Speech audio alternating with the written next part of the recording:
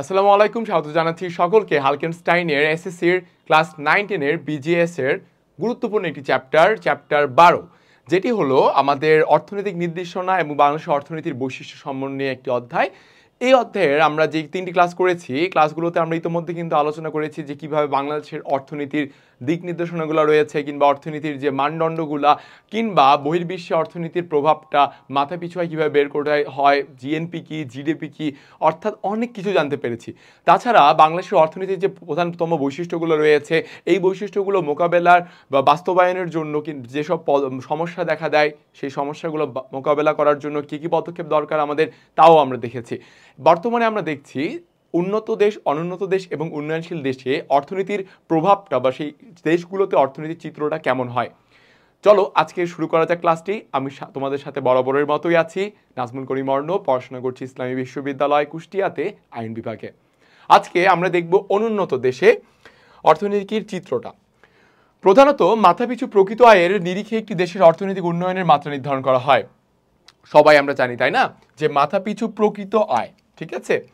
যেসব দেশের জনগণের মাথাপিছু প্রকৃত আয় উন্নত দেশ তথা আমেরিকা, কানাডা, অস্ট্রেলিয়া, পশ্চিম ইউরোপীয় দেশসমূহের জনগণের মাথাপিছু আয়ের তুলনায় অনেক কম, সেসব দেশকে অনুন্নত দেশ বলা হচ্ছে। তবে শুধু মাথাপিছু প্রকৃত আয়ের ভিত্তিতে একটি দেশকে অনুন্নত বলা ঠিক নয়, কারণ আরও কিছু সম্পদ রয়েছে। উন্নত দেশ বলতে সম্পদের পূর্ণ ব্যবহার করতে সক্ষম নয়, কিংবা কি বলা হচ্ছে লক্ষ্য করি, নিম্ন মাথাপিছু আয়, জীবনযাত্রার নিম্নমান। অনুন্নত দেশের প্রধান বৈশিষ্ট্য লক্ষণ হলো উন্নত দেশের তুলনায় জনগণের অত্যন্ত কম মাথাপিছু আয় এবং জীবনযাত্রার নিম্নমান। এর কারণ হলো এইসব দেশের যে মাথাপিছু প্রকৃত আয়টি রয়েছে সেটি অনেক কম। জনগণের বৃহত্তর অংশেই মৌলিক চাহিদাসমূহ যেমন খাদ্য, বস্ত্র, বাসস্থান, শিক্ষা, চিকিৎসা কিংবা চিত্ত বিনোদন এসব পূরণ করার সামর্থ্য তাদের থাকে না। পরবর্তী যাই। প্রধান উন্নত দেশসমূহে যেখানে মাথাপিছু আয় ৩৮,৪২৮ থেকে ৭৫,৫০৪ মার্কিন ডলারের মধ্যে, ওয়ার্ল্ড ব্যাংক রিপোর্ট 2018 তথ্য অনুযায়ী সেখানে অনুন্নত দেশসমূহের মাত্র $200 কম মাথাপিছু আয়েরও দেশ রয়েছে। যেখানে ৩৮,০০০ সেখানে মাত্র 200। চিন্তা করছো তাহলে কি বাজে একটা অবস্থা তাদের। পরবর্তী দেখি, কৃষির উপর অত্যাধিক নির্ভরশীলতা। এইসব অনুন্নত দেশগুলো প্রধানত অর্থনৈতিক দিক থেকে কৃষি নির্ভরশীল হয়ে থাকে, যার কারণে তারা অর্থনীতিকে শিল্পায়িত করার জন্য প্রচেষ্টা চালাতে পারে না। কেন? কারণ তাদের দেশে বিনিয়োগ খুবই কম থাকে, বা না বললেই নেই। এই কারণে সেই সব দেশের উন্নয়ন বা জীবনযাত্রার মান খুবই নিম্ন হয়ে থাকে। আমরা জানি যে কৃষি প্রধান দেশগুলোতে অনেক দেশে উন্নত প্রযুক্তির মাধ্যমে কৃষিকে অনেক দূর এগিয়ে নিয়ে গেছে। যদিও সেই সব উন্নত দেশগুলো শিল্প খাতের উপর অনেকটাই নির্ভর, কিন্তু তারা তাও কৃষির উপর কৃষিখাতকেও এগিয়ে নিয়ে যাচ্ছে। পাশাপাশি কৃষিখাতের জন্য যেসব দেশ অনুন্নত অবস্থায় রয়েছে তাদের সবচেয়ে বড় সমস্যা হলো তারা এখনো সেই ঐতিহাসিক পদ্ধতিতে বা চিরচেনা প্রাচীন পদ্ধতিতেও কিন্তু কৃষিকাজ করে যাচ্ছে, যে কারণে তাদের এই সমস্যাটা হয়ে দাঁড়াচ্ছে। দেখো, আমি লক্ষ্য করি অনুন্নত দেশে জনগণের বৃহদাংশ খাদ্য, জীবিকা, অন্যান্য প্রয়োজন পূরণের জন্য কৃষির উপর নির্ভরশীল। কৃষি জাতীয় উৎপাদনের একক বৃহত্তম খাত। শিল্পর এখানে ভূমিকা তেমন নেই। অনুন্নত কৃষি উৎপাদন বিপণন ব্যবস্থা। কেন অনুন্নত কৃষি উৎপাদন? কারণ সেই প্রাচীনকালের নিয়ম অনুসারে কৃষিকাজ করার কারণে উন্নত প্রযুক্তির অনুপস্থিতির কারণে সেখানে উৎপাদন ব্যাহত হয়। উন্নত দেশে অধিকাংশ জনগণ প্রত্যক্ষ পরোক্ষভাবে কৃষির উপর নির্ভরশীল, তবে এদেশে কৃষির উৎপাদন বন্টন ব্যবস্থা অনুন্নত। সনাতন পদ্ধতি, যেটি বললাম মাত্রই, প্রাচীন পদ্ধতি, চাষাবাদ, ত্রুটিপূর্ণ মালিকানা, স্বল্প বিনিয়োগ কৃষি উপকরণ এবং কৃষির জন্য প্রয়োজনীয় অবকাঠামো এবং উপাদান যথা সার, বীজ, সেচ ও বীজ বিপণন সুবিধার অভাব, কৃষির প্রকৃতি নির্ভরতা প্রভৃতি কারণে কৃষি অত্যন্ত অনুন্নত। ক্ষুদ্র এবং অনুন্নত শিল্প খাত। লক্ষ্য করি আমরা পুঁজি এবং দক্ষ জনশক্তির অভাবে, কি বলেছে, বিনিয়োগ, পুঁজি অর্থাৎ বিনিয়োগ এবং দক্ষ জনশক্তির অভাবে অনুন্নত দেশে শিল্প খাত অত্যন্ত ক্ষুদ্র ও সীমিত। এইসব দেশে মৌলিক বা ভারী শিল্প নেই এবং সেখানে কাঁচামাল বিষয়টাও কিন্তু নেই, অর্থাৎ বেসিক এবং হিউজ অর মেগা ইন্ডাস্ট্রি সেই সব দেশে থাকে না, যেগুলো দেশ অনুন্নত। ক্ষুদ্র ও মাঝারি কুটির শিল্পেরই প্রাধান্য যেখানে দেখা যায়। সাধারণত মোট জাতীয় উৎপাদনে শিল্প খাতের অবদান 8% থেকে মাত্র 10%। মূলধন গঠন ও বিনিয়োগের নিম্ন হার এবং ব্যাপক বেকারত্ব। অনুন্নত দেশে মাথাপিছু আয় কমে গেলে জনগণের আয়ের সবটাই নিত্য প্রয়োজনীয় দ্রব্য সামগ্রী ভোগের জন্য ব্যয় করতে হয়। এই কারণেই বলা হচ্ছে মূলধন গঠন বিনিয়োগের নিম্ন হার এবং ব্যাপক বেকারত্ব। কারণ তুমি লক্ষ্য করো, একটা দেশে যখন কিনা মাথাপিছু আয়ের পরিমাণ খুব কম থাকে, সেই দেশের মানুষরা নিজেদের মৌলিক চাহিদাই যখন পূরণ করতে পারে না, তখন তারা কি সেই অর্থটা উদ্বৃত্ত অর্থ তো পায়ই না, এই কারণে তারা সঞ্চয় করতে পারে না। যখন তারা কোনো অর্থ সঞ্চয় করতে পারে না, তখন তারা পুনঃ মূলধন যোগাতে পারে না। এর সাথে সাথে মূলধনের যেহেতু যোগাতে পারছে না, সেই কারণে তারা কোনো বিনিয়োগও করতে পারে না। তাই বলা হচ্ছে যে অনুন্নত দেশগুলোতে বিনিয়োগের নিম্ন হার, পাশাপাশি যখন বিনিয়োগ করা হয় না তখন শিল্প কারখানা বা কর্মসংস্থানের সুযোগ কিন্তু সৃষ্টি হয় না, যে কারণে প্রচুর পরিমাণে বেকারত্বের উপস্থিতিও লক্ষ্য করা যায়। এই কারণেই এই কথাটা বলা হচ্ছে অনুন্নত দেশের ক্ষেত্রে। পরবর্তী, প্রাকৃতিক সম্পদ জনশক্তির অসম্পূর্ণ ব্যবহার। অবশ্যই, কারণ কি প্রাকৃতিক সম্পদ এবং জনশক্তি বাংলাদেশে সহ অন্যান্য দেশে, যেগুলো দেশে অনেক পরিমাণে প্রাকৃতিক সম্পদ রয়েছে। এখন তোমরা বলতে পারো ভাইয়া আমাদের দেশকে অনুন্নত, যেহেতু আপনি আমাদের দেশের নাম নিয়েছেন। দেখো, অনুন্নত ঠিক না, মধ্যমায়ের দেশে পরিণত হয়েছে, কিন্তু আমাদের দেশের এখনো অনেক অনেক প্রাকৃতিক সম্পদ অজানা। আমরা এখনো জানি না যে আমাদের মধ্যে আসলে কতগুলো সম্পদ রয়েছে। জাস্ট একটা উদাহরণ দিব তোমাদের। আমাদের যে বঙ্গোপসাগর রয়েছে দক্ষিণে, বঙ্গোপসাগরের ভিতরে অর্থাৎ বঙ্গোপসাগরের পানির নিচে যে পরিমাণে প্রাকৃতিক সম্পদ রয়েছে, সেগুলো আমরা এখনো ফাইন্ড আউট করতে পারিনি, সেগুলো এখন আমাদের ডিসকভারি করতে পারিনি। কেন? কারণ আমাদের দক্ষতা নেই, আমাদের জ্ঞান শক্তি নেই, আমাদের জাতি এখনো পরিপূর্ণভাবে শিক্ষিত নয়, বা আমাদের কাছে ওই অনুযায়ী প্রযুক্তি নেই যার মাধ্যমে আমরা ওই গুপ্ত ধনগুলোকে বা সুপ্ত ধনগুলোকে আমরা বের করতে পারবো, ঠিক আছে, বা প্রাকৃতিক সম্পদকে যে আমরা ভালো মতো কাজে লাগাতে পারবো, এই ব্যবস্থাও আমাদের এখন নেই। তবে আশার দিক হলো যে আমাদের ধীরে ধীরে ব্যবস্থাগুলো গ্রহণ করা হচ্ছে। ইনশাল্লাহ আমরা অল্প সময়ের মধ্যেই ব্যবস্থাগুলো গ্রহণ করে সফল হব। পাশাপাশি আরেকটি বিষয় এখানে উল্লেখ করেছে, সেটি হলো জনশক্তির অসম্পূর্ণ ব্যবহার। যে সকল অনুন্নত দেশে জনসংখ্যাকে জনসম্পদে পরিণত করতে পারে না, অর্থাৎ তাদের জনসংখ্যাকে যদি তারা মানব সম্পদ কিংবা সেগুলোকে শক্তি হিসেবে পরিণত না করতে পারে, সেই দেশগুলো কিন্তু আসলে অনুন্নত অবস্থায় থাকে। সেই দেশের অর্থনৈতিক অগ্রসরতা হয় না, অনগ্রসর হয়, কিংবা অর্থনৈতিক উন্নয়নটাও আসলে ঘটানো সম্ভব হয় না। আমাদের দেশের কিন্তু অনেক ক্ষেত্রে জনসংখ্যাকে জনসম্পদে রূপান্তরের জন্য অনেক চেষ্টা চালানো হচ্ছে, এবং ইতোমধ্যেই আমরা জানি যে বিশ্বের মধ্যপ্রাচ্য থেকে শুরু করে ইউরোপের বিভিন্ন দেশগুলো তো আমাদের জনসংখ্যাকে রপ্তানি করা হয়। জনসংখ্যা না বলে আমি যদি জনসম্পদ বলি, বিষয়টা বেটার হয়। ওকে, সো তোমরা অলওয়েজ মাথায় রাখবা যে আমাদের জনসংখ্যাকে জনসম্পদে রূপান্তর করতে হবে, যার কারণে জনসম্পদে রূপান্তর যদি করানো যায়, তবে এই দেশ অবশ্যই অবশ্যই উন্নয়নশীল দেশ থেকে উন্নত দেশে ইনশাল্লাহ পরিণত হবে, ঠিক আছে, যেটি কিনা অনুন্নত দেশে হয় না। পরবর্তী পয়েন্টে চলে যাই, জনসংখ্যা বৃদ্ধির উচ্চহার অদক্ষ জনশক্তি।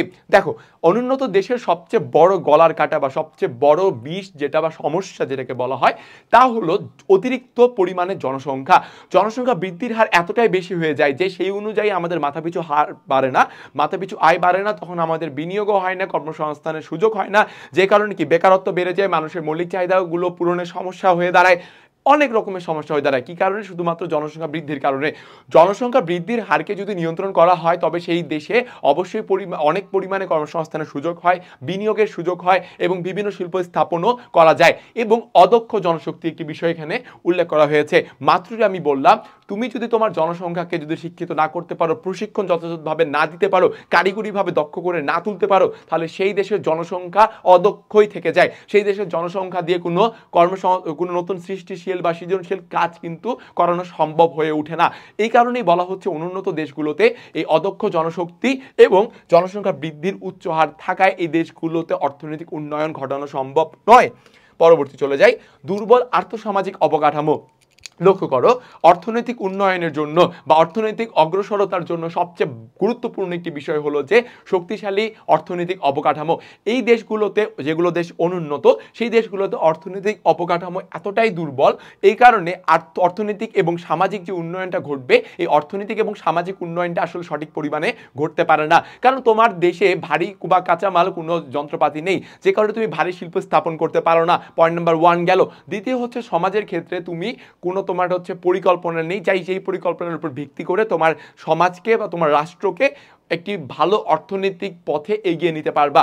এই কারণের জন্যই অনুন্নত দেশগুলোতে এই দুর্বল আর্থসামাজিক অবকাঠামো থেকেই থাকে। দেখো বলেছে যে অনুন্নত দেশের অন্যতম প্রধান বৈশিষ্ট্য অর্থনৈতিক সামাজিক উভয় প্রকার অবকাঠামোর দুর্বলতা, কৃষি এবং শিল্পের ইন্ধনকারী প্রতিষ্ঠানসমূহের অপর্যাপ্ত। যদিও কোনো ব্যাংক বা আর্থিক প্রতিষ্ঠান অনুন্নত দেশগুলোতে ঋণ বা সহায়তা করে থাকে অর্থ দিয়ে, তাও সেই অর্থ বা ঋণ ব্যবস্থাপনাটাও কিন্তু অনেক দুর্নীতিযুক্ত হয়ে পড়ে, যার ফলে সঠিক পরিমাণে সুষম বন্টন না হওয়ার কারণে তৃণমূল পর্যায় পর্যন্ত সেই ঋণ বা আর্থিক সহায়তাটা আসতে পারে না, যার ফলে অর্থনৈতিক উন্নয়ন কিন্তু সম্ভব হয় না। পরবর্তী পয়েন্টে আমরা লক্ষ্য করি প্রতিকূল বৈদেশিক বাণিজ্য। দেখো উন্নত দেশগুলোতে জনগণের মৌলিক চাহিদা এমনকি খাদ্য, বস্ত্র, বাসস্থান, চিকিৎসা, স্বাস্থ্যসেবা এই সকল কিছুই পূরণ করতে নিজেরাই পারে না, যার ফলে তারা যে বৈদেশিক দেশগুলোর সাথে বাণিজ্য করবে কিংবা বৈদেশিক দেশগুলোতে কোনো কিছু দিয়ে তারা সহায়তা করবে সেই সুযোগটা তারা কিন্তু পায় না। কারণ কি, নিজেই নিজের উপকার করতে পারছে, নিজের চাহিদাই কিন্তু মেটাতে পারছে না, তাই না? তো এই জিনিসটা বলা হচ্ছে। হ্যাঁ, তো এই কাহিনীর কারণেই কিন্তু আমাদের অনুন্নত দেশগুলো প্রতিকূল বৈদেশিক বাণিজ্য অর্থাৎ বৈদেশিক বহির্বিশ্বের দেশগুলোর সাথে তাদের বাণিজ্যটা অতটা সুইটেবল হয় না, অতটা কি হয় না, তাদের পক্ষে আসে না। ঠিক আছে, দেখো লক্ষ্য করি এসব দেশে প্রধানত কৃষি পণ্য, শিল্পের কাঁচামাল রপ্তানি করে এবং শিল্প পণ্য আমদানি করে। রপ্তানি আয় সবসময় আমদানি ব্যয়ের চাইতে কি হয়, কম হয়। এইসব দেশে আমদানি ব্যয়ের পরিমাণটাই সবচাইতে বেশি হয়ে দাঁড়ায় আর রপ্তানি কম, ফলে এইসব দেশের আন্তর্জাতিক লেনদেনের ভারসাম্যে সবসময় ঘাটতি থাকে। ওকে, পরবর্তী দেখি বৈদেশিক সাহায্য নির্ভরতা। দেখো পুঁজি স্বল্পতার কারণে উন্নত দেশসমূহ বিনিয়োগের লক্ষ্যে পুঁজি সংগ্রহের জন্য বিদেশি সাহায্যের উপর অত্যাধিক পরিমাণে নির্ভরশীল থাকে। অর্থাৎ শুধুমাত্র পুঁজির যোগান দেওয়ার জন্যই নয়, দুর্যোগ আপৎকালীন সময়ে প্রয়োজনীয় অর্থ অন্যান্য সামগ্রীর জন্য এসব দেশ অতিমাত্রায় বিদেশি সাহায্যের উপর নির্ভরশীল। অর্থাৎ যেটা বলা হচ্ছে যে এইসব উন্নত দেশসমূহ যেগুলোতে কিনা নিজেদের মৌলিক চাহিদা পূরণের জন্য তারা সচেষ্ট না বা সচেতন না বা যথেষ্ট না, সেই দেশগুলো কি করে বৈদেশিক সাহায্য বিদেশি দেশগুলোর দিকে তাকিয়ে থাকে যে তারা তাদেরকে বিভিন্ন অর্থ দিয়ে সহায়তা দিয়ে ত্রাণ দিয়ে তারা তাদেরকে সাহায্য করবে, প্রকল্প বানিয়ে দিবে, অবকাঠামো বানিয়ে দিবে। এই জন্য বৈদেশিক সাহায্যের উপর নির্ভরতা অনেকাংশেই বেড়ে যায়। পরবর্তী দেখি উদ্যোগ ও ঝুঁকি গ্রহণের মানসিকতার অভাব। কেন? কারণ হচ্ছে উন্নত দেশগুলোতে জনগণের মধ্যে অর্থনৈতিক উন্নয়নের নেতৃত্ব নেই, এই নেতৃত্ব দেওয়ার মতো জনশক্তির অভাব থাকে। এই কারণেই এই কার্যাবলীর অগ্রগতি যেমন পুঁজির উপর নির্ভরশীল, তেমনি দক্ষ উদ্যোক্তা এর জন্য অপরিহার্য। এছাড়া দুর্বল অবকাঠামো, রাজনৈতিক অস্থিতিশীলতার কারণেও পুঁজিপতিরা বিনিয়োগে আগ্রহী হন না। গতানুগতিক ধারায় বিনিয়োগ শুরু হয়, নতুন উৎপাদন ক্ষেত্রে বিনিয়োগ করার উদ্যোগ এবং ঝুঁকি নেওয়ার মানসিকতার অভাব রয়েছে, ফলে অর্থনীতিতে নতুন প্রাণ সঞ্চার হয় না এবং অনুন্নয় দীর্ঘমেয়াদী হয়ে থাকে। পরবর্তী দেখি উন্নয়নশীল দেশ। অর্থাৎ আমরা এখন এতক্ষণ পড়লাম উন্নত দেশ, অনুন্নত দেশ। এবার দেখব যে দেশগুলো উন্নয়ন করার পথে উন্নয়ন করছে এই দেশগুলোর অবস্থা, উন্নয়নশীল দেশ। ওকে, বিশ্বের উন্নত বা অনুন্নত দেশসমূহের মধ্য পর্যায়ের আরেক ধরনের দেশ আছে যেগুলোকে বলা হয় উন্নয়নশীল দেশ। সেগুলো কোথায় আছে বলতো? এটা হলো উন্নত, এটা হলো অনুন্নত, এই মাঝখানে আছে উন্নয়নশীল। ওকে, এসব দেশে মাথাপিছু প্রকৃত আয় দেশের সমূহের তুলনায় অনেক কম, উন্নত দেশসমূহের তুলনায় অনেক কম। তবে উন্নয়নশীল দেশসমূহে অনুন্নত অর্থনীতির অধিকাংশ বৈশিষ্ট্যই বিদ্যমান থাকে। এগুলোর মধ্যে রয়েছে কৃষিখাতের প্রাধান্য, শিল্প খাতের অনগ্রসরতা, ব্যাপক বেকারত্ব, পরিবহন, যোগাযোগ, বিদ্যুতের অপর্যাপ্ততা, শিক্ষার নিম্নহার, মূলধন গঠন, বিনিয়োগের নিম্নহার, নিম্ন মাথাপিছু আয় ও দারিদ্র, জনসংখ্যা বৃদ্ধির উচ্চ হার ইত্যাদি। তবে অনুন্নত দেশসমূহের সাথে এই দেশগুলোর পার্থক্য এই যে এইসব দেশ পরিকল্পিত উন্নয়ন কর্মসূচির মাধ্যমে দেশের প্রাকৃতিক সম্পদ এবং জনসংখ্যাকে ব্যবহার করে মোট জাতীয় উৎপাদন তথা মাথাপিছু প্রকৃত আয় বৃদ্ধির ব্যবস্থা গ্রহণ করেছে। এর ফলে দীর্ঘ সময় ধরে মাথাপিছু আয় বৃদ্ধির একটি প্রবণতা সৃষ্টি হয়েছে। পরিকল্পিত উন্নয়ন কর্মসূচির আওতায় এসব দেশ আর্থসামাজিক কাঠামো, অবকাঠামো উন্নয়ন ও দেশের দ্রুত শিল্পায়ন করার প্রচেষ্টা নেয়। ফলে পুঁজি গঠন এবং বিনিয়োগের হার বৃদ্ধির প্রবণতা দেখা দেয়। জনসংখ্যাকে মানব সম্পদে পরিণত করার জন্য শিক্ষার প্রসার ঘটানো হয়ে থাকে এবং সকলের জন্য স্বাস্থ্যসেবা সরবরাহের উদ্যোগ নেয়। অর্থাৎ এই উন্নয়নশীল দেশগুলো কিভাবে নিজেদের অবস্থা অনুন্নত দেশ থেকে একটু ভালো অবস্থায় নেওয়া যায়, উন্নত দেশের দিকে এগিয়ে যাওয়া যায়, এই প্রকল্প, এই ব্যবস্থা বা এই প্রচেষ্টাগুলো তারা রীতিমতো চালিয়ে থাকে। এই কারণে দেখলাম আমরা মাত্রই যে মানব সম্পদ গঠনের জন্য তারা ব্যবস্থা নিয়েছে, এই মানব সম্পদ গঠনের জন্য শিক্ষার প্রসার বৃদ্ধি ঘটানো হয়েছে, সকলের স্বাস্থ্যসেবা সরবরাহের উদ্যোগ নেওয়া হয়েছে। এই বিষয়গুলো আমাদের লক্ষ্য করতে হবে। ঠিক আছে, পরবর্তীতে যাব আমরা উন্নয়নশীল দেশসমূহের কিছু সাধারণ বৈশিষ্ট্য, যেই বৈশিষ্ট্যগুলো দেখে আমরা ভাববো এটা উন্নয়নশীল দেশ। অর্থনৈতিক অবস্থায় নিয়ে সচেতনতা এবং পরিকল্পিত উন্নয়নের উদ্যোগ গ্রহণ। উন্নয়নশীল দেশ হচ্ছে সেসব দেশ যারা নিজেদের অর্থনীতির উন্নয়নের অবস্থা সম্পর্কে সচেতন হয়ে পরিবর্তনের জন্য কার্যকর পদক্ষেপ নিচ্ছে। সেগুলো কি? এই পদক্ষেপের সূচনা হয় সার্বিক উন্নয়ন পরিকল্পনা গ্রহণের মাধ্যমে। কি বলেছে কিভাবে উন্নয়ন হয়? সার্বিক উন্নয়ন পরিকল্পনা গ্রহণের মাধ্যমে এই অবস্থার পরিবর্তনের সূচনা হয়। উন্নয়নশীল দেশসমূহে উন্নয়ন কর্মসূচি বাস্তবায়নে নানা রকম বাধাবিঘ্ন থাকে। বস্তুত জনসংখ্যা আধিক্য এবং সম্পদের স্বল্পতার কারণে পরিকল্পিত কর্মসূচি ছাড়া উন্নয়ন অর্জন করা যায় না। প্রাকৃতিক সম্পদের প্রাপ্যতা এবং উন্নয়নের সম্ভাবনা। উন্নয়নশীল দেশে প্রাকৃতিক সম্পদ যেমন ভূমি, খনিজ সম্পদ, পানি সম্পদ প্রভৃতি রয়েছে। জনসংখ্যার আয়তনও বড়। এসব প্রাকৃতিক সম্পদ এবং জনসংখ্যাকে কাজে লাগিয়ে উৎপাদন বৃদ্ধির উদ্যোগ গ্রহণ করা হয়। কৃষির উপর নির্ভরতা হ্রাস এবং দ্রুত শিল্পায়ন। আমরা জানি যে অনুন্নত দেশসমূহ কৃষির ক্ষেত্রের উপরে অত্যাধিক পরিমাণে নির্ভরশীল থাকে, যে কারণে তাদের শিল্পের যে প্রসারতাটা, সেই প্রসারতাটা কিন্তু হয় না।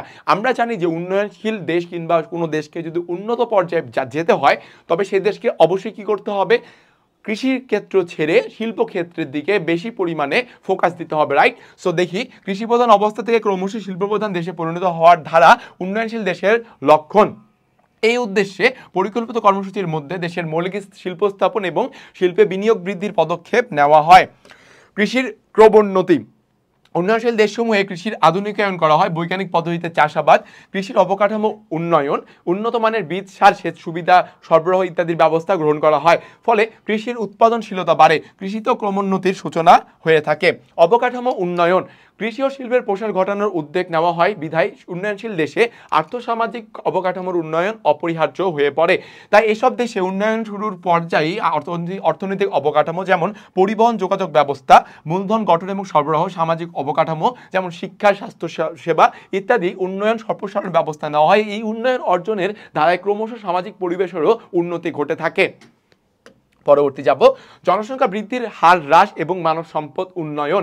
দেখছো, যেগুলা অনুন্নত দেশের বৈশিষ্ট্য ছিল ভাই, সেই বৈশিষ্ট্যগুলাই কিন্তু একটু আপডেট করছে, রাইট? অনুন্নত দেশসমূহ যখন আমি তোমাদের সাথে আলোচনা করেছি, তখন কিন্তু আমি বরাবরই বলেছি যে এই সকল বিষয়গুলো, প্রতিবন্ধকতাগুলো, এই সমস্যাগুলো, অন্তরায়গুলো সবসময় থাকে বলে এই দেশটা অনুন্নত।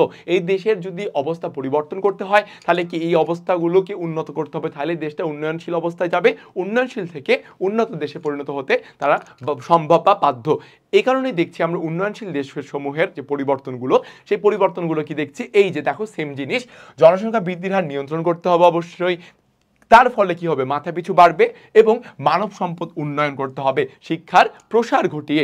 যদি তুমি তোমার জাতিকে যদি শিক্ষিত করতে পারো অধিক পরিমাণে, তাহলে অবশ্যই তোমার ওই জাতি মানব সম্পদের দিক থেকে উন্নত করবে, রাইট? এই জিনিসটা আমরা দেখতে পাচ্ছি। পরবর্তী চলে যাব, বেকারত্ব হ্রাস ও দারিদ্র্য বিমোচন।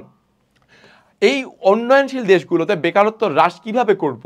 আমাদের এই উন্নয়নশীল দেশগুলোতে যখন বিনিয়োগ বাড়বে, দেখো যখন হচ্ছে যে বিনিয়োগ বাড়বে, তখন কিন্তু এই দেশগুলোতে কি হবে? বেকারত্বের হ্রাস হবে। বিনিয়োগ বাড়লে কর্মসংস্থানের সুযোগ সৃষ্টি হবে, নতুন নতুন করে শিল্প কারখানা স্থাপন করা হবে, যার ফলে বিনিয়োগ বাড়বে। উন্নয়নশীল দেশেও বেকারত্ব বিদ্যমান, তবে কৃষিতে আধুনিক পদ্ধতির প্রয়োগ, দ্রুত শিল্পায়ন, নতুন নতুন কর্মসংস্থান সৃষ্টির মাধ্যমে বেকারত্বের হার কমিয়ে আনার চেষ্টা বা প্রচেষ্টা নেওয়া হয়। সাধারণত উন্নয়ন পরিকল্পনা আওতায় নানা রকম প্রকল্পের মাধ্যমে বেকারত্ব হ্রাস করার এবং দারিদ্র্য নিরসনের ব্যবস্থাও করা হচ্ছে। ওকে, পরবর্তী চলে যাব, বৈদেশিক সাহায্য নির্ভরতা হ্রাস। দেখো, বৈদেশিক সাহায্যের উপর নির্ভর করে থাকে কারা? যারা অনুন্নত দেশ, যারা কিনা নিজের দেশের মানুষের মৌলিক চাহিদাগুলো পূরণ করতে ভালো মতো পারে না। কিন্তু উন্নয়নশীল দেশ যারা কিনা নিজেদের অর্থনৈতিক অবস্থার পরিবর্তন বা অর্থনৈতিক উন্নয়ন ঘটাইতে সম্ভব হয় বা চেষ্টা চালায়, তারা কিন্তু ধীরে ধীরে বৈদেশিক নির্ভরতার উপর হ্রাস করতে, যে নির্ভরতাটা ওটা হ্রাস করে। কারণ কি? নিজেদের একটা ভিত্তি স্থাপন হয়, শক্ত ভিত্তি। উন্নয়নশীল দেশসমূহে উন্নয়ন পরিকল্পনা কর্মসূচি বাস্তবায়নের জন্য প্রচুর অর্থ এবং মূলধনের প্রয়োজন হয়। অভ্যন্তরীণ উৎস থেকে পর্যাপ্ত তহবিল সংগ্রহ করা সম্ভব না হওয়ায় এসব দেশ বিদেশি ঋণ, সাহায্য, অনুদানের উপর অতিমাত্রায় নির্ভরশীল হয়ে পড়ে।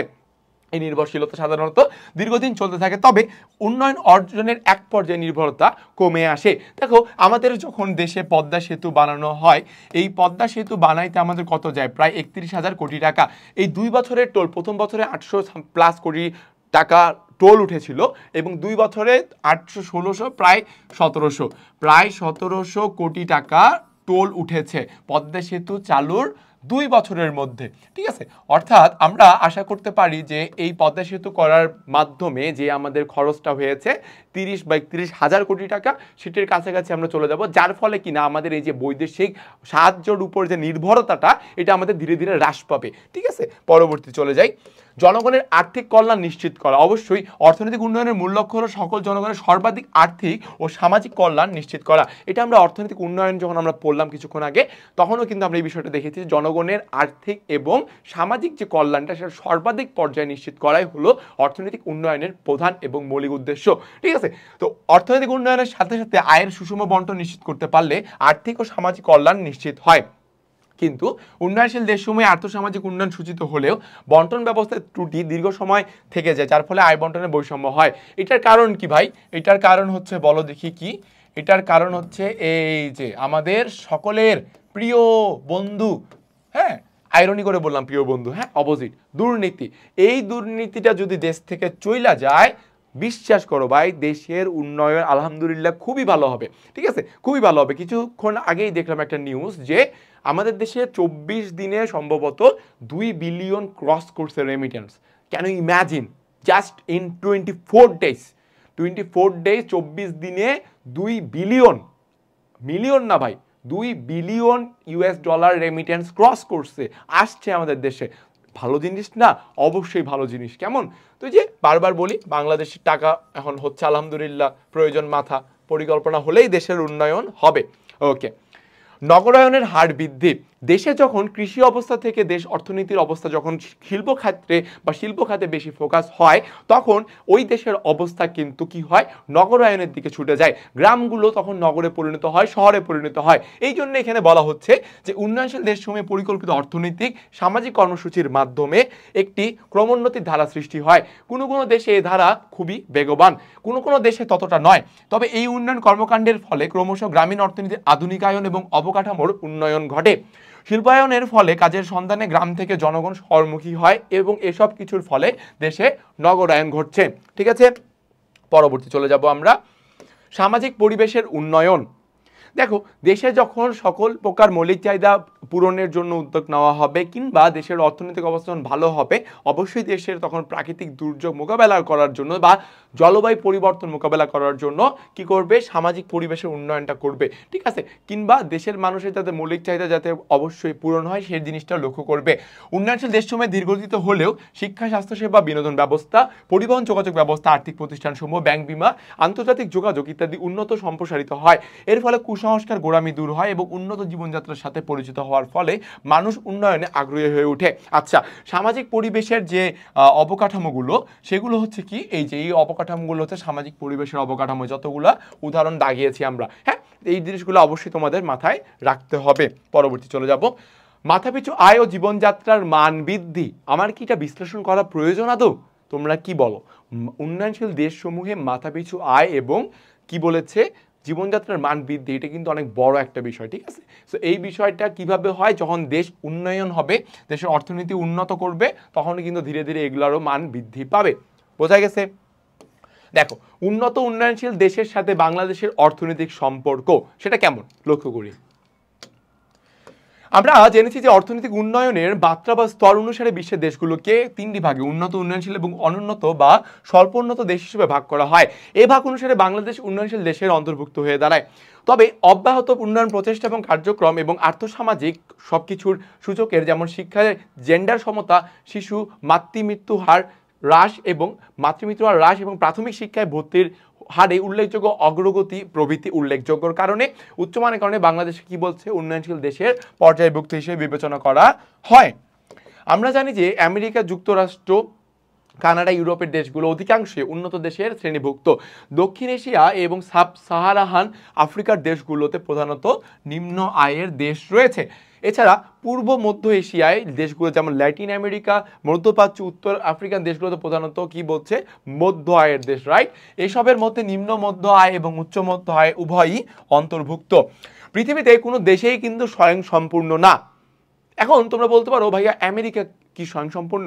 না ভাই, আমেরিকা আমাদের দেশের কিন্তু অনেক বিগেস্ট বায়ার। কোনটার বলো দেখি? অনেক বড় প্রধান একটা ক্রেতা কিসের? পোশাক শিল্পের, হ্যাঁ, তারা কিন্তু নিজেরা স্বয়ংসম্পূর্ণ কোনো দেশই না, হ্যাঁ। অর্থনৈতিক, সামাজিক, রাজনৈতিক কারণেও প্রতিটি দেশকে প্রতিবেশী দেশ সহ অন্যান্য দেশের সাথে সম্পর্ক স্থাপন করতে হয়। এই পাঠে আমরা পৃথিবীর উন্নত উন্নয়নশীল দেশসমূহের সাথে বাংলাদেশের অর্থনীতির সম্পর্কটা আমরা বিবেচনা করব। অর্থনৈতিক সম্পর্কের বিষয়টি দুটি প্রধান শিরোনামে আলোচনা করতে পারি। কি কি? বৈদেশিক বাণিজ্যের সম্পর্ক, 2 ঋণ সহায়তা অনুদান দেওয়া নেওয়ার সম্পর্ক।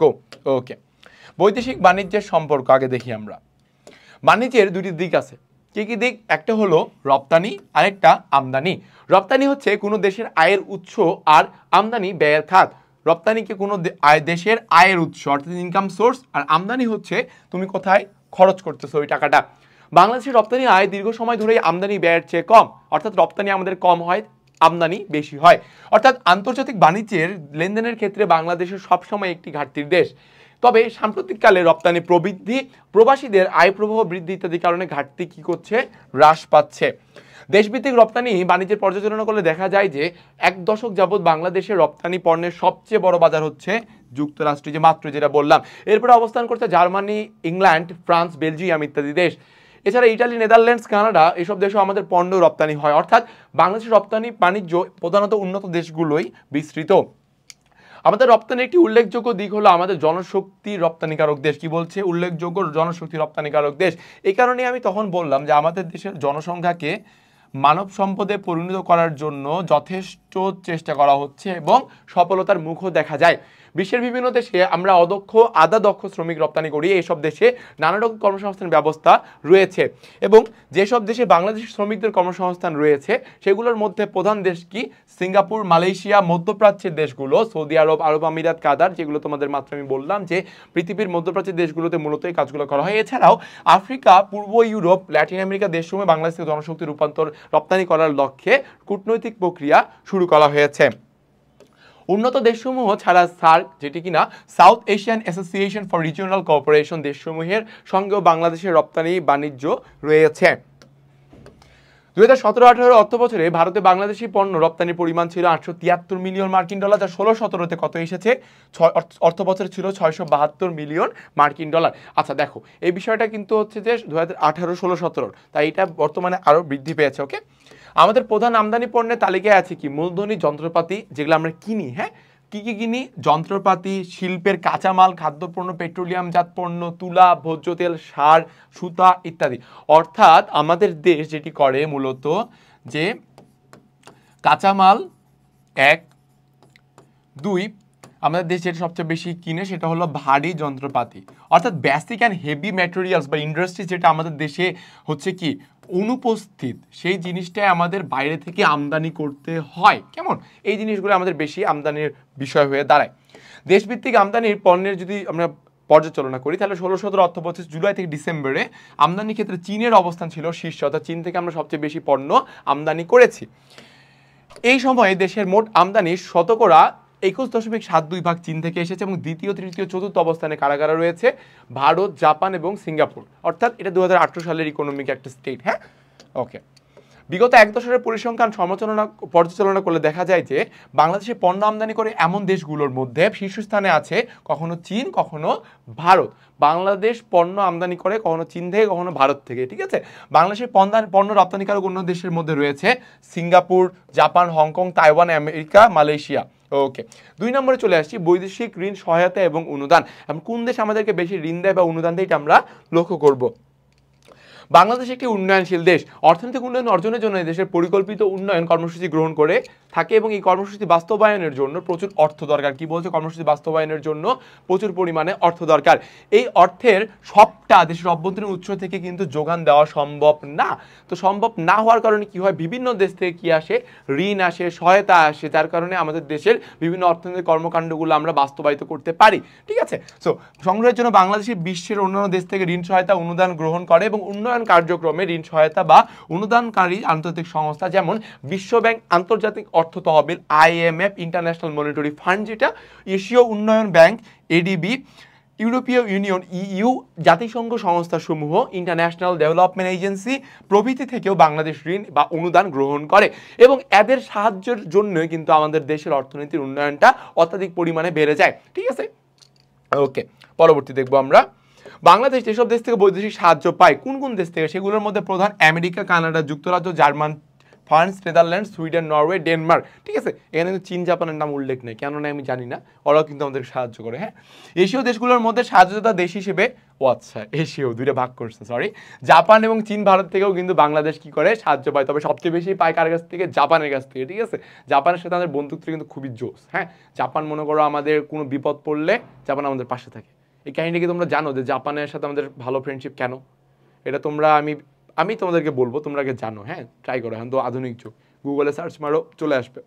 একটা হিন্টস দিয়ে রাখি, দ্বিতীয় বিশ্বযুদ্ধের পরবর্তী সময়, হ্যাঁ, বিচার যখন দ্বিতীয় বিশ্বযুদ্ধের, তো ওই সময় বাংলাদেশ একটা সাপোর্ট করছিল জাপানকে।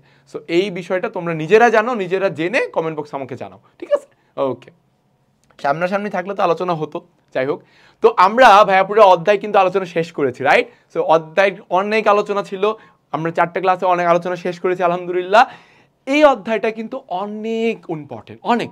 তুমি যদি ফেলে দাও যে এই পড়বো না, যা এত বড় অধ্যায় কি যায় আসে, সৃজনশীল দিব, ভাই জ্ঞান বাড়ানোর জন্য পড়ো। ঠিক আছে, তোমার দেশ অর্থনৈতিক, ব্যবসা বাণিজ্য কার সাথে করে, কেমনে ডিল করে, তোমার দেশের অর্থনৈতিক অবস্থা কেমন, তোমার দেশ কি উন্নত দেশ, উন্নয়নশীল না অনুন্নত, তোমার দেশের মাথা পিছু হয় কেমন, কতটা, তোমার দেশের মানুষের জীবনযাত্রার মান কতটা ভালো নাকি খারাপ, তুমি দেশের নাগরিক হিসেবে তোমার দায়িত্ব কর্তব্য কি অর্থনীতির পক্ষে নাকি, তুমি এই সব কিছুই জানবে এই সকল অধ্যায় থেকে। ঠিক আছে, এবং আমি তো বরাবরই বলি ইন্টারমিডিয়েট উঠে যারা অর্থনীতি পড়বা কিনা তারা কিন্তু এই বিষয়গুলো আর বিস্তারিত জানতে পারবে। ঠিক আছে, তো এই বিষয়গুলো সম্পর্কে এই অধ্যায়ে আলোচনা করা হয়েছে। এখন এই অধ্যায়ের অন্যতম গুরুত্বপূর্ণ বিষয় সেটা হলো আমাদের অনুশীলনী, এটা আমরা এখন পড়বো, সলভ করব। চলো দেখা যাক কি আছে। প্রথমেই সংক্ষিপ্ত প্রশ্ন, উৎপাদনের উপাদানসমূহ মোট আয় কিভাবে নির্ণয় করা হয়? মোট আয়, হ্যাঁ, এখন বলো যে উৎপাদনের উপাদান কয়টা, বলতে পারবা? 4টা, ভূমি, শ্রম, মূলধন আর কি সংগঠন। এগুলোর কি, ভূমির বলো দেখি কি আসে, ভূমির আসে খাজনা, তারপরে শ্রমের কি আসে, মজুরি, রাইট, মজুরি। তারপরে মূলধনের কি আসে বলো দেখি, মূলধনের আসে তোমার হচ্ছে বিনিয়োগ, ঠিক আছে, বা আয় যেটাই বলো না কেন। ঠিক আছে, আর হচ্ছে যে তোমার লাস্টের সংগঠনেরও একটা আয় বা হচ্ছে বিনিয়োগ চলে আসে। ঠিক আছে, এই বিষয়গুলোকে সব মিলে যোগ করে, সবগুলোকে সাম আপ করে যেটা আমার আসবে সেটাই হলো আমার টোটাল রেভিনিউ বা মোট আয়। ঠিক আছে, এই জিনিসটা তোমাদের শুরুতেই সুন্দর করে বলা হয়েছে, সেটা পড়বা, পড়ে জাস্ট লিখলেই হয়ে যাবে। ওকে, মোট জাতীয় উৎপাদন নির্ণয়ের সাংকেতিক সূত্র। দেখো, জাতীয় উৎপাদন সেটা মানে কি বলো দেখি, GNP, right, GNP, gross national product. এখন এই জাতীয় উৎপাদন সাংকেতিক সূত্র কি? তোমরা বলতে পারো ভাই এটা তো পড়ি নাই অধ্যায়ে, কই থেকে পাবো? দেখো আমি তোমাদেরকে দেখাই জিনিসটা। জিএনপি দেখো কি বলে, জিএনপি কিন্তু আমি শুরুতে বলেছিলাম যে জিডিপি, যেটা মোট দেশজ উৎপাদন বা অভ্যন্তরীণ উৎপাদন, যেটা জিডিপি প্লাস কি হবে, প্রবাসীদের আয়, অর্থাৎ দেশের যে মানুষগুলা বাইরের দেশে কাজ করে তাদের পাঠানো রেমিটেন্সটা ওটা যুক্ত হবে। কিন্তু কোনটা বাদ যাবে ভাইয়াপুরা?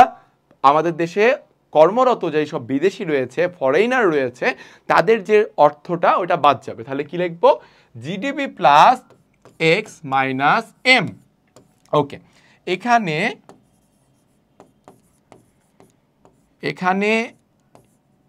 এক্স ইকুয়াল টু প্রবাসীদের আয়। আমি যদি বলি তাহলে তো তোমাদের মনে সুবিধা হবে না, প্রবাসীদের আয়। প্রবাসী কারা? দেশের নাগরিকরা যারা বাইরের দেশে কাজ করছে। এবং এম কি, এম হচ্ছে বিদেশিদের আয়, বিদেশিদের আয়। ওকে, বিদেশি কারা? দেশে অবস্থানরত, দেশে অবস্থানরত বিদেশিদের আয়, এটাকে আমরা বাদ দিব। এই যে দেশে অবস্থানরত বিদেশিদের আয় এম এবং এক্স হচ্ছে প্রবাসীদের আয়, এই দুইটা। তাহলে অর্থাৎ আমার হচ্ছে মোট সূত্র কোনটা হচ্ছে বলো দেখি, আমার হচ্ছে সূত্র মেনলি হচ্ছে এইটা। ঠিক আছে, আমার সূত্র হচ্ছে কোনটা, এইটা, GDP plus X minus M. এটা হলো জিএনপির অর্থাৎ মোট জাতীয় উৎপাদনের সাংকেতিক সূত্র। বোঝা গেছে ভাইয়া? নোট ডাউন করে রাখো কিন্তু, এটা কিন্তু তোমার এই অনুধাবন যেটা প্রশ্ন থাকে, অর্থাৎ যে খ নম্বরে কিংবা ক নম্বরেও কিন্তু আসার সম্ভাবনা থেকেই থাকে। ওকে, পরবর্তীতে আমরা যাব এখন। কৃষিখাত বাংলাদেশের সবচেয়ে গুরুত্বপূর্ণ খাত হিসেবে বিবেচিত হয় কেন? আচ্ছা, এই অ্যান্সারটা কি আমার দেওয়া প্রয়োজন? তোমরা কি বলতে পারবে না যে বাংলাদেশের কৃষিখাত কেন সবচেয়ে গুরুত্বপূর্ণ খাত, তার মেন উত্তর কি? বাংলাদেশের অর্থনীতি কৃষি নির্ভর, 1 নম্বর পয়েন্ট। যদিও আলহামদুলিল্লাহ এখন শিল্পক্ষেত্রের দিকে যাচ্ছে, শিল্পক্ষেত্রের দিকে, তাও বাংলাদেশের জনসংখ্যার 43.60% মানুষ এখনো সরাসরি কিংবা মানে ডিরেক্টলি বা ইনডিরেক্টলি, অসরাসরি যাই বলো না কেন, কৃষির উপর নির্ভরশীল। ঠিক আছে, ওকে, পরবর্তী যাব আমরা বর্ণনামূলক প্রশ্নে। মাথাপিছু আয় কিভাবে জীবনযাত্রার মান নির্ধারণ করে? ভাই ভেরি ইজি কোশ্চেন, রাইট? অ্যান্সারটা কি হবে? অ্যান্সারটা যে মাথাপিছু আয় যে সকল দেশের উন্নত বা মাথাপিছু প্রকৃত আয় যে সকল দেশের কি বেশি হয়, ওই সকল দেশের জনগণের জীবনযাত্রার মান অবশ্যই কি হয়? উঁচু হয়। কেন? কারণ ওই দেশের জনগণ খুব সুন্দর করে নিজেদের যে মৌলিক চাহিদাগুলো রয়েছে, খাদ্য, বস্ত্র, চিকিৎসা, স্বাস্থ্যসেবা বা শিক্ষা, এই সকল কিছু তারা, বাসস্থান, এই সকল কিছু তারা সুন্দর করে পূরণ করতে পারে। পাশাপাশি তাদের যে উদ্বৃত্ত অতিরিক্ত যেটা থাকে সেটা তারা কি করে? সঞ্চয় করতে পারে। এই সঞ্চয় থেকে পরবর্তীতে তারা মূলধনে রূপান্তর করতে পারে। মূলধন থেকে পরবর্তীতে আমরা দেখব সেই অর্থটা তারা কি করে? বিনিয়োগ করে নতুন নতুন শিল্প স্থাপন করে বা কর্মসংস্থানের সুযোগও করতে পারে। তাই মাথাপিছু আয় অবশ্যই আমাদের জীবনযাত্রার মানকে নির্ধারণ করে। মোট দেশ উৎপাদনে অর্থনৈতিক খাতসমূহ কিভাবে অবদান রাখে? আচ্ছা, দেশ উৎপাদন কি গো? GDP, right? অর্থাৎ গ্রস ডোমেস্টিক প্রোডাক্ট, অর্থাৎ তোমার দেশের সীমানার ভিতরে যে উৎপাদনের হয় ওই দ্রব্যের আর্থিক মূল্যের সমষ্টি হলো জিডিপি। দেশের সীমানার ভেতরে বা অভ্যন্তরীণ, দেশের অভ্যন্তরীণ আর্থিক মূল্য, ডিরেক্ট বলে দিই আমি, ঠিক আছে? শর্টকাটে বলে দিলাম, আশা করি তোমরা সকলেই বুঝতে পারবা জিনিসটা। আর্থিক মূল্য এটাই হলো জিডিপির একটা অংশ। তো এইখানে অর্থনৈতিক খাত অবশ্যই তো ভূমিকা রাখবে, কারণ কি? এই যে আমাদের অর্থনৈতিক খাত যেগুলো রয়েছে, শিল্প, পরে রয়েছে কি কৃষি আছে, মৎস্য খাত আছে, এর পাশাপাশি আরো কি আছে? যন্ত্রপাতি, বিভিন্ন হচ্ছে কাঁচামাল, সবজি, শাকসবজি, বিভিন্ন খাত রয়েছে। অর্থনীতি 15টা খাত। সকল খাতগুলো জিডিপিকে ভালো মতো স্ট্রংলি উঠতে, বিল্ড আপ করতে অবশ্যই সাহায্য করে। নিম্ন আয়ের দেশের ক্ষেত্রে জিডিপি জিএনপি মাথাপিছু আয়ের তুলনা বিশ্লেষণ করো। আচ্ছা ভাই, নিম্ন আয়ের দেশের কি? অবশ্যই সকল কিছু কম হয়, এই জিডিপি কম আসে, যার ফলে জিএনপিটাও কি যায়? কমে যায়। এবং দুইটা কমে যাওয়ার মেইন কারণটা কি? এই পার ক্যাপিটা যেটা ইনকাম রয়েছে, অর্থাৎ আমাদের মাথাপিছু আয়, এই মাথাপিছু আয়টা মূলত কম হয়। এই কম হওয়ার কারণে কিন্তু বেসিক্যালি সবগুলো চক্রাকারে কম হয়ে যায়। ওকে, বহু নির্বাচনীতে আমরা আসি। দেশের শ্রম শক্তির কত শতাংশ কৃষিখাতে নিয়োজিত? দেখো কত শতাংশ? 43.60% কৃষিখাতে নিয়োজিত। পরবর্তী, মোট জাতীয় আয় পরিমাপের ক্ষেত্রে গার্মেন্টস কারখানার কোন দ্রব্যটির দাম বিবেচনা করা হবে? মনে পড়ে কথাটা? আমরা পড়াটা কিন্তু পড়েছি, রাইট? কোনটা? চূড়ান্ত দ্রব্য। বলো দেখি কোনটা বিবেচনা হয়? সেটি হলো চূড়ান্ত দ্রব্য। কোনো গার্মেন্টসের চূড়ান্ত দ্রব্যই কিন্তু বাজারে বিবেচনা হয় দামের ক্ষেত্রে। অর্থাৎ চূড়ান্ত দ্রব্য কোনটা হয়? শার্ট। কারণ শার্টের মধ্যে কাপড় আছে, কাপড়ের মধ্যে সুতা আছে, সুতার মধ্যে তুলা আছে। সো আমি সবকিছুই পাচ্ছি। চূড়ান্ত দ্রব্য কি হয়? শার্ট। ওকে, দেখো এটা কিন্তু একটা ম্যাথ চলে আসে, তাই না? 2010 সালের এক্স দেশের মোট জাতীয় আয় ছিল 9,600 কোটি মার্কিন ডলার। জনসংখ্যা ছিল 16 কোটি। তাহলে এখন 2010 সালে এক্স দেশের মাথাপিছু আয় কত? মাথাপিছু আমরা কি জানি? যে জাতীয় আয় সূত্রটা আমরা জানি, জাতীয় আয় ভাগ মোট জনসংখ্যা। ওকে, জাতীয় আয় ভাগ মোট কি বলেছি আমরা এখানে? মোট জনসংখ্যা, রাইট? তো এই জিনিসটা আমরা ভাগ করলে কি পাবো? অ্যান্সার 600 কোটি টাকা। 600 কোটি, ঠিক আছে? পরে দিয়ে হয়েছে। তো এই জিনিসটা তোমরা করে নিবা, ক্যালকুলেশন করে নিবা, দেখবা যে অবশ্যই 600 কোটি আসছে মাথাপিছু আয়। তো মাথাপিছু আয় বের করার আমরা সূত্র কিন্তু এখানে লক্ষ্য করলাম। ঠিক আছে ভাইয়াপুরা? পরবর্তীতে চলে যাব আমরা। উক্ত সূচক দ্বারা মাথাপিছু আয় দ্বারা এক দেশ মানুষের কি বোঝায়? জীবনযাত্রার মান, এটাই অ্যান্সার। পরবর্তী সৃজনশীলে চলে আসছি, দেখছো? অর্থনৈতিক উন্নয়নের ভিত্তি কি? ভাইয়া ভিত্তি হচ্ছে দুটো। কি কি বলতে পারবা? অর্থনীতির কাঠামোগত পরিবর্তন, অর্থনীতির কাঠামোগত পরিবর্তন, 2 প্রকৃতিগত পরিবর্তন। অর্থনীতির কাঠামোগত পরিবর্তন, আর 2 নম্বরটা হচ্ছে কি? প্রকৃতিগত পরিবর্তন। ঠিক আছে, ওকে দেন। পরবর্তী চলে যাই। বৈদেশিক বাণিজ্য বলতে কি বুঝো? দেখো, বৈদেশিক বাণিজ্য বলতে বুঝাই, সহজ কথায় লিখে দেই, বহির্বিশ্বের দেশগুলোর সাথে, বহির্বিশ্বের দেশগুলোর সাথে বাণিজ্য স্থাপনকেই বৈদেশিক বাণিজ্য বলা হয়। ওকে, পরবর্তী। অনিমা তার পরিবার কুয়াকাটা যাওয়ার পথে দেশে কোন ধরনের অর্থনৈতিক প্রতিবন্ধকতার সম্মুখীন হয়? বাধাটা কি? অনিমা তার পরিবার সদস্যের সাথে মাইক্রোবাসে করে কুয়াকাটায় বেড়াতে যাচ্ছিল। যাওয়ার সময় দুটি ফেরি তারা নির্বিঘ্নে পার হলো, 2টা ফেরি। কিন্তু মহিপুরের ফেরি পার হতে গিয়ে দেখলো ব্যাপক জলোচ্ছ্বাসের কারণে ফেরি সংলগ্ন পল্টনের 3/4 পানির নিচে ডুবে গেছে। তাদেরকে ফেরি পার হওয়ার জন্য সেখানে 4 ঘন্টা অপেক্ষা করতে হয়। অনিমার বাবা সেখানকার দায়িত্বপ্রাপ্ত কর্মকর্তার সাথে কথা বলে জানতে পারেন সরকার এই ধরনের অবস্থা মোকাবেলার জন্য বিশেষ প্রকল্প গ্রহণ করছে। ওকে, কোন ধরনের প্রতিবন্ধকতা বলো দেখি? মনে আছে? প্রকৃতি সৃষ্ট প্রতিবন্ধকতা, এটাই তারা ফেস করছে। সহজ, এটা বিশ্লেষণ করলে হয়ে যাবে তোমাদের। পরবর্তী। অনিমার বাবার জানা প্রকল্পটি কি বাংলাদেশের অর্থনীতি উন্নয়নে সহায়ক হবে? অবশ্যই হবে। কারণ কি?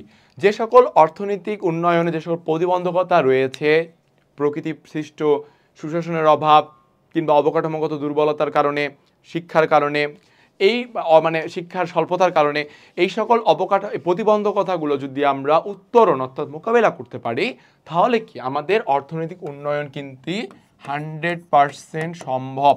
অর্থনৈতিক উন্নয়ন 100% সম্ভব। জাস্ট তার জন্য দেশের জনগণকে আপনি শিক্ষিত করেন, মানব সম্পদ